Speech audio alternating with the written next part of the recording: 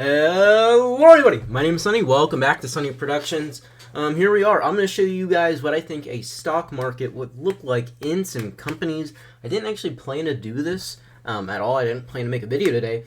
But after hearing Patrick's live Q&A today on the Sim Company's channel, he asked for if there was any ideas to actually put any ideas for a stock market to post, or to write it down or whatnot, make the idea or whatever, and send it to him. So I've actually had this idea and whatnot written down for several months. I actually started working. In fact, I think I finished a script to make a video about this about a year ago.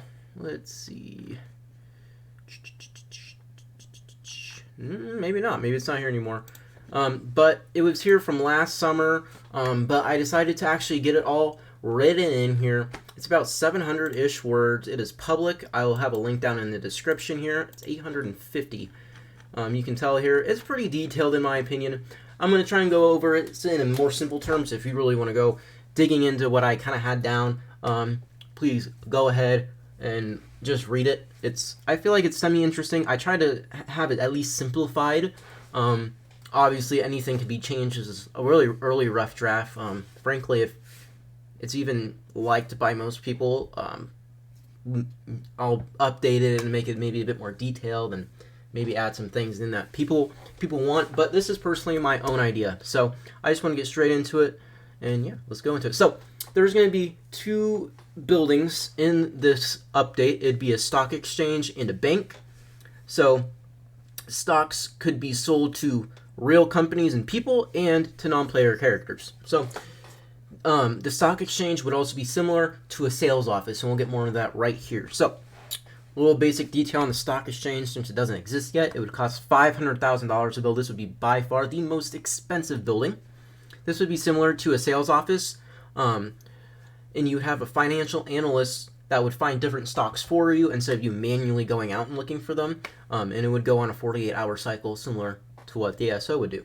So also similar to the SO, your financial officer or FA would find a certain number of stocks. So if you have a level 1 stock exchange, your financial analyst would find only one stock for you. If your building was a level 2 stock exchange, your FA would find find 2 stocks for you, etc., etc. Level 3, find 3 stocks. Level 4, find 4 stocks, on and on. Stocks would include company and, most interestingly, and I think this hasn't been brought up enough, commodity stocks. So these would be like your exchange items. So if we go over here, I'll show you basically what a commodity is, because I don't think it's really been talked enough. So instead of just having company stocks, you could buy into the market price of apples, or most popularly, gold.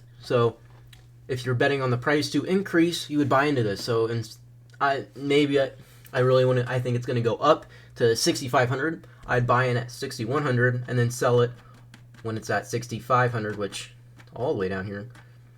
When I sell it, I would get a $400 increase and whatnot. So that's basically what a commodity stock is. When clicking on the building, you'll be able to manage your stocks. So this would be like if you wanted to sell part of your stock in a company or in a commodity. You'd also be able to look at different companies' financial statements, which we'll get into more later, and you'd be able to buy a new stock, which I already talked about above. So the bank. This is where stocks would be issued, or you'd issue different shares.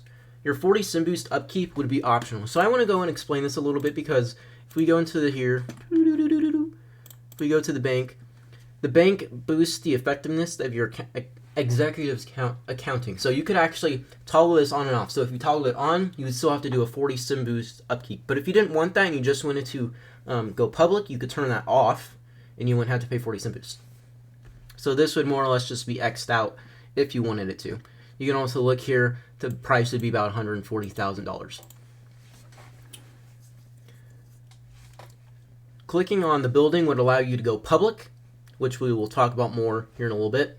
Issue new shares and see what companies have bought your shares. This would be similar to bonds. If we go over here, you can look at all the companies that have bought my bonds. So you can actually look at that. So player requirements. To buy stocks, you must have a company level of 25 and a company value of 75 million. I think this is more important because I think it'd be way too easy of a money grab for lower end companies to go and buy stocks. So if you just started out and you're able to buy a bunch of stock and then sell it immediately, and make tons of profit or whatever, I think that's unfair. I think it should be reserved for higher level, more established companies. That way you have something to really look forward to or work for, because I think that would be a really big thing. So to sell your own shares, you must have a company level of 15, a level 15 CFO, and a company value of 10 million. Now, I think it's interesting, for me at least, that a CFO would be put in here. I know I made this my own thing, but I think it's still interesting to me. So you actually have to have a CFO or Chief Financial Officer. They not only help with your company's finances by reducing your overhead and whatnot, but it would. I feel like it's almost essential to have executives if you're going to become a public company. And I feel like in real life, if you're a public company, you have top level executives. So I feel like you should at least have to have that. I don't know whether or not you should really have it to buy stocks, but it's more of an idea of anything. And then a company value of 10 million. I feel like that's fair at level 15. Obviously, I'm not at 10 million, so I wouldn't be able to do it. But I feel like many companies get to 10 million before they hit level 15. I feel like it's possible. So maybe you could lower that down to maybe 5 million. Here, it's just an idea. So if you have your stock exchange building built, you can buy company stocks. So stocks will be found by your financial analyst after 48 hours. And then the stock could be either a company stock or a commodity. You wouldn't be able to choose which one. It would just be completely random. And I feel like this makes it better. I feel like there would be more of a 75-25 chance of you getting, so there would be a 25% chance of you maybe getting commodity versus a normal company stocks, just since there's so many different stocks, I guess. But this would increase as your building increases. You'd be able to kind of diversify your portfolio. So you can only hold on to company stocks for 60 days before they have to be sold. So you can't hold on to them for 5 years or whatever. After 60 days, they will be forcefully sold. I feel like this is a hard limit just to keep everything fresh, so you're not just holding on to someone forever. And also so you can make profit or lose your money. I feel like that's a bit more realistic as well. That's just an idea, and I feel like it would also maybe like prevent cheating in a weird way, maybe, or actually might increase cheating. I don't know. So you can also sell at any point before 60 days. So if you lost $20,000 after 2 weeks, you could sell so you don't have to lose any more money. Obviously, that wouldn't be fair if the company quit on you, and you'd be able to notice once their CV really stagnates or whatnot. So public companies must hit company value requirements every 2 weeks. Now, this is the thing I'm most excited about. So hitting these requirements will increase their stock, and missing these requirements will decrease their stock by a certain percentage. So these requirements are based off an economic cycle, which you can see here. Pause the video. I won't go through all of it, but basically it's just more of an idea of how they would exceed their requirements and how much the stock would increase. These could easily be changed. And then you can look down here and you can see how much if they miss the requirements, how much the stock decreases. So you can I'm going to point one thing out here. If they miss the requirements by 100%, the stock will be delisted and it will decrease by 100%. You will lose all your money in that company. You won't get any of it back. The only way you get money back from being delisted is if the company itself either goes, how should I say this? If they go inactive, you'll get a certain percentage back, just like a bond would, maybe like a max bond or something. I'm not sure. So companies must also hit a production/selling quota every month. Forgot to mention, company value requirements will be every 2 weeks. Your production/selling quota would be once a month. So this would happen 2 times on your cycle, or possibly more depending on when you buy it, I guess. But these quotas will be based off of economic cycles, and then also the cost to produce the item, the market price of the item, etc. And then up here for your market or for your company value, the requirements will be based off in the economic cycle, among other things. But you can also look here. The same thing happens. If they miss their quota by 100%, the stock is delisted. You lose all your money. That wouldn't happen. But you can also see here and whatnot, kind of what happens.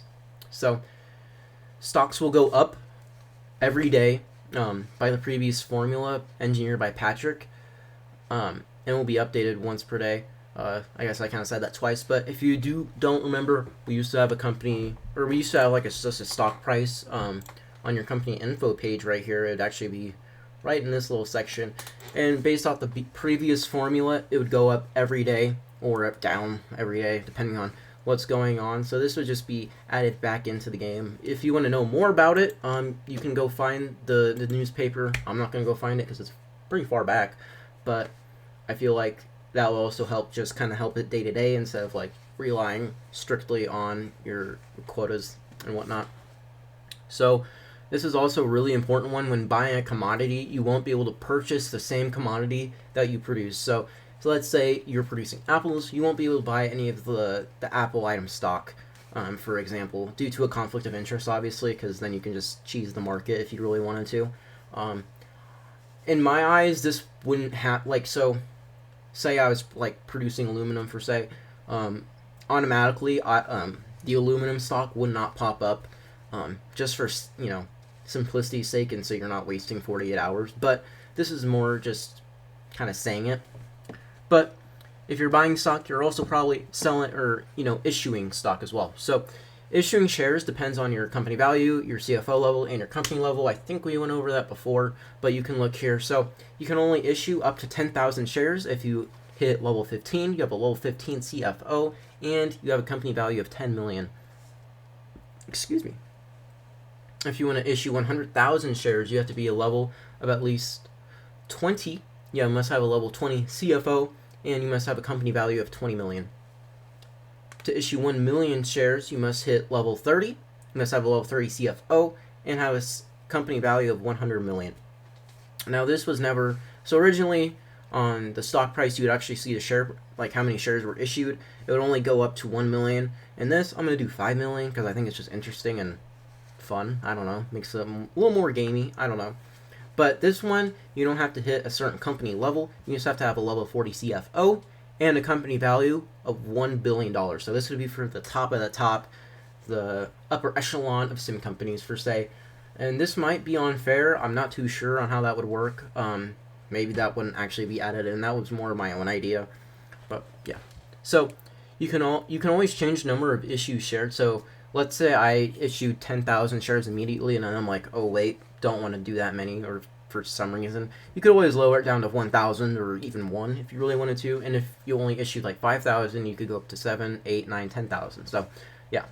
So when going public, you must pay 2% of your total CV, of your total company value to go public. This would go to some organization or to the stock exchange organization. I don't know.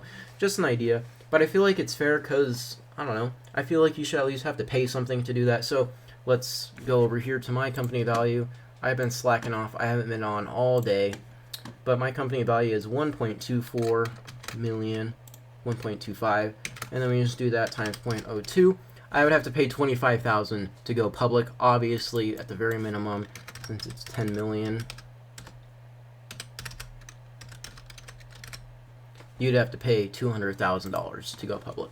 And I just feel like that's more of like a one-time thingy and whatnot. When a company is public, their income statements, their balance sheet, their cash flow statement, and their financial ratios will be public to everyone. And anyone can see this. All you gotta do is click on their company info. There might be like a little slide down or something along those lines. For people who have actually bought a certain company stock, it will be directly in their stock exchange. But I feel like that's just a realistic thing. Like, obviously, we know how much Apple makes in gross profit and net profit or net loss. We get to see that in public during company hearings or whatnot. So, yeah. You can also pay 1% of your total CV every week to be seen more by exchanges. So, in my eyes, there would be an algorithm to push your own, push your stock to an exchange. I feel like this is more realistic because obviously, less people are going to buy a really small stock versus a really big one. So the really big stocks or the more safe stocks would be pushed first before the more risky and smaller stocks. We'll get more into that with the executives here. So executives will be playing a really big part in this. Obviously, like I said before, most companies that are public have executives. In fact, probably all of them do. It's a really important thing once you get to that certain level of scale that you really just need executives to kind of help out with different things. So, depending on your executive level, they'll help influence us more. This is just like normal, like with how they can affect like the chance for you to get a patent and whatnot. But here's kind of like the features that they do. So your chief operating officer would help lower your company value and your production selling quotas. Ugh, can't speak today. So this would more or less just make it easier for you, and say instead of hitting or making 1 million in 2 weeks, you only need to do like 800,000 or whatever. And same thing with production. Instead of having to make 10 million power in a month, all you have to do is like maybe 8 million or 7 million. CFOs will help find safer stocks to buy. So these might not necessarily be really big stocks, but they might be, or like really big companies, but they'll be a lot more safer to buy. They might not make as much money per se, but they'll be more consistent, and the odds of you going down and losing money would be, maintained. It'd be smaller. So your CMO will help push your stock to more exchanges. Same thing I was talking about before. There would be some kind of algorithm in my eyes to help, I guess, like push the bigger stocks and the safer stocks maybe. Not even necessarily safer stocks, but just the bigger stocks. This one will help push you into the algorithm a bit more. So, and then finally the CTO will do nothing for now. I really didn't have an idea for that. If you do, please comment. What do you want to see? So, finally, the effects on your company value. So if your stock that you've issued increases, your CV or your company value will increase, and then the opposite thing happens if your stock decreases. Your company value will decrease. This is probably going to happen because your company value already decreased, so it'll have more of a compound effect.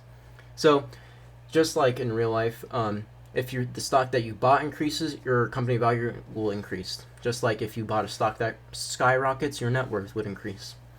If the stock you bought decreases, your company value will decrease as well. This is obviously going to play into how big companies can get.